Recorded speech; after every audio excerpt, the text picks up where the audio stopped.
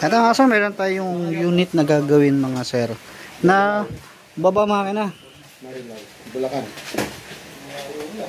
Baba makina dahil dito sa tunog ng makina niya. At ang kilometer 36,693 pa lang. Ayan, pansin nyo yung tunog niyan. Parang big bike. Tapos sumasabay sa acceleration. Okay sana kung hindi siya sumasabay sa acceleration, masasabi nating side by side lang yung problema. Kaso sumasabay din eh.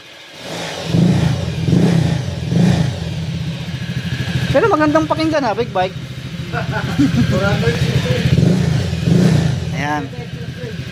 Kapag kaganyan yung tunog ng motor nyo mga sir, matik po yan ng mga may problema dyan. Yung sigunyal bearing. Siyempre, bago natin mapalitan ng bearing or sigunyal bearing, ay kailangan natin i-overhaul yung kanyang makina.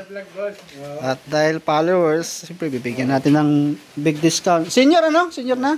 Senior pa. Ay, sayang. Dapat sinabi mo sa senior para may discount na naman. Ha? Dapat kung hindi senior, isama mo na rin. Yung senior, kunan. Nagsasabi lang. Oo. Kasi nag-ano tayo, di-discount tayo senior. Okay, isa pa. Ayan. Ayan, kaya matik to pag iiwalay natin yung makina saka yung chassis nito. Dahil magpapalit tayo ng sigunyal bearing lang. Yung sigunyal bearing lang yung papalitan natin dyan. Sasabay na rin natin yung block kasi nagbabawas na rin siya ng langis. Block, piston ring, coil seal, magneto coil seal. Yan. Tapos check pa rin natin yung ibang pag nabuksan. Hindi naman siya totaling kalampag kasi iba yung tulog ng kalampag. Kaya bearing lang yung papalitan natin dyan. Yung pinakamalaking bearing. Okay, ito na yung makina ni Click na tunog big bike. Ilabas na rin natin kasi yung kanyang chassis. Ayan sobrang itim. Siguro hindi maganda yung oil nito. Kaya wawalwalin muna natin. Tapos may pakita ko sa inyo yung sigunyal bearing yan na maganit. Tapos nagbabawas na rin lang ng langis. Ito naman yung tatrabuhin natin tsaka yung valves na. Ayan, pasok natin yung yung crankcase. Yun na yung sigunyal nya. Bearing lang. Sobrang itim.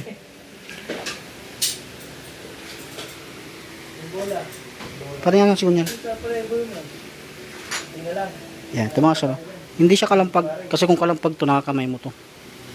Nung tinanggal namin sa shell dito, kailangan pa namin ilagay yung nut. Tapos pukpukin dito para lumabas. Ibig sabihin, hindi siya kalampag. Kaya papalitan natin ito, bearing. Tapos hugasan mo na. I-degreasan mo para mabawasan yung itim.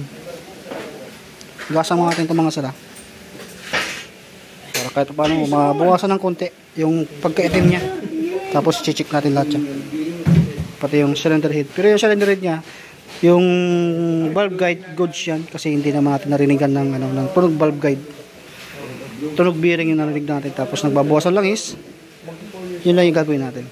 Okay, mga sir, kakabit ko na yung bearing natin. Pero may ginawa pa ako dito sa kanyang sigunyal mga sir. Dahil alanganin kasi ako dito sa kanyang sigunyal. Papansin nyo, hinati ko na siya kasi chinik ko din. Dahil ayaw ko naman din na magkaroon ng back job kasi layo pa ni sir. Kaya ginawa ko, meron akong isang sigunyal dyan na mas makinis pa dun sa sigunyal niya. Kasi nga, iba yung ginagamit niyang oil. Kaya ito, binigay ko na sa kanya to. At kinuha ko yung isang side na hindi naman kalampag yung kanya. Ito yung kanya. Tapos pinigreaser natin para kuminis. Ito yung luma niya. Andiyan pa yung andiyan pa yung kunya. Yan sa kanya. Kasi alanganin ako. Alanganin kasi ako sa bearing. Baka yan pa yung susunod uli na masisira. Kaya binigyan ko lang siya ng isang side. Kinuha ko yung sa kanya. Kasi ang issue nung yan ay kalampag lang. Kaya ang ginawa ko na lang ay kinuha ko to. Kasi mas panatag ako dito sa ibibigay ko compare doon sa kanya na medyo alanganin ako. Baka kasi magkaroon ng problema. Kaya ngayon, pinrest ko na siya. Ilalagay ko na yung bagong bearing. Ito yung bearing niya mga sir. Ito ilalagay natin dito. Tapos, ibabalancing ko na lang yung sigunyal.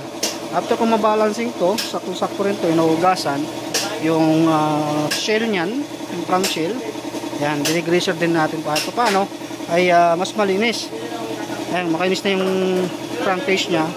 Ito maitim pa kasi hindi pa ito nalilinisan. Kaya siya na kayo sa background mga sala kasi marami tayong ginagawa. Totally 4 yung baba nating makina. Yan, pati yung block palit, sunod na nalilinisan yung cylinder head, i-regrade ko po natin yan. Magpapalit tayo ng valve seal. Yan yung sunset niyang pisa. Kaya ikabit ko muna ito mga sir. Maya pakita ko na sa inyo. Hindi ko na papakita sa inyo mga sir yung pag-balance ko dito. Tapos yung pagkabit dito para hindi na umaba yung video. Marami na lang akong ginawang ganito mga sir. Hindi lang ito. Isang beses. Maraming beses na mga sir. Kapag ito, meron din ako isang sigunyal dito na kapag mayroong customer na low budget, ayan, pwede natin kunin yung isang side kasi ang problema lang nito mga sir ay connecting rod lang. Kaya mapapakinabangan itong isang side, iniwan na rin kasi ng customer yan eh. Kaya pamimigay natin din ulit sa mga sa mga low budget. Ito naman sir yun yung kanyang sigunyal. Ayan, papansin nyo, makinis na makinis pa talaga. At ayan, nakinis na natin yan. Tapos lalagyan natin ng langis. At papainitan natin ng butane sa loob ng 15 minutes. Yan, lulubog ko muna ito. At naman sa isalpak mo yung case. Tapos yung bago natin block. Ayan, pati base gasket, bago din yan. Huwag nyo rin kalimutan yung dalawang dowel sa baba at dowel sa taas, kabilaan. Purpose kasi ng dowel para hindi ma-deform yung block natin at hindi kakayurin kagad yung bagong block. Kaya yun yung purpose ng dowel. Tapos yan, nalagay ko na. Head na lang yung kulang nito. Yan, ito naman yung cylinder head. At nilinis natin mabuti. Pati yung daanan ng ng usok, ang hangin. Tapos bagong valve seal yan mga sir. Nakabit na natin yung kanyang makina sa kanyang chassis. Yan, si sir yung may-ari. Siya may-ari. Kailan ba namin mapapanood yan? Kailan ba i-upload yan? Naka-line up pa. Aray ba nakaline up? Oo. Sa Lunes boss, baka makikita namin yan. Baka, siguro baka mamaya. I-upload ko natin mamaya. Ayun, no?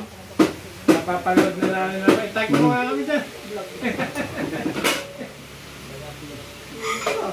Okay, balik mo natin yung mga sensor niya mga sir. Tapos, pandry natin. Eto na mga sir, maandar na yung click na tunog big bike. Ngayon ay standard to Honda Click 125 na talaga. Na-obserbahan natin kasi merong pumatak na kulan dun sa sa clap ng hose kasi yan sa kaya kailangan natin painitin ng painitin para makita natin kung mag-leak kasi malayo pa yung uuwian nila para hindi mag-overheat yan. Kaya yan, chinik natin pero ngayon inayos natin yung clamp ay bumalik ka sa dati, hindi na siya nag-leak. Obserbahan pa natin mabuti. Baba mo acceleration.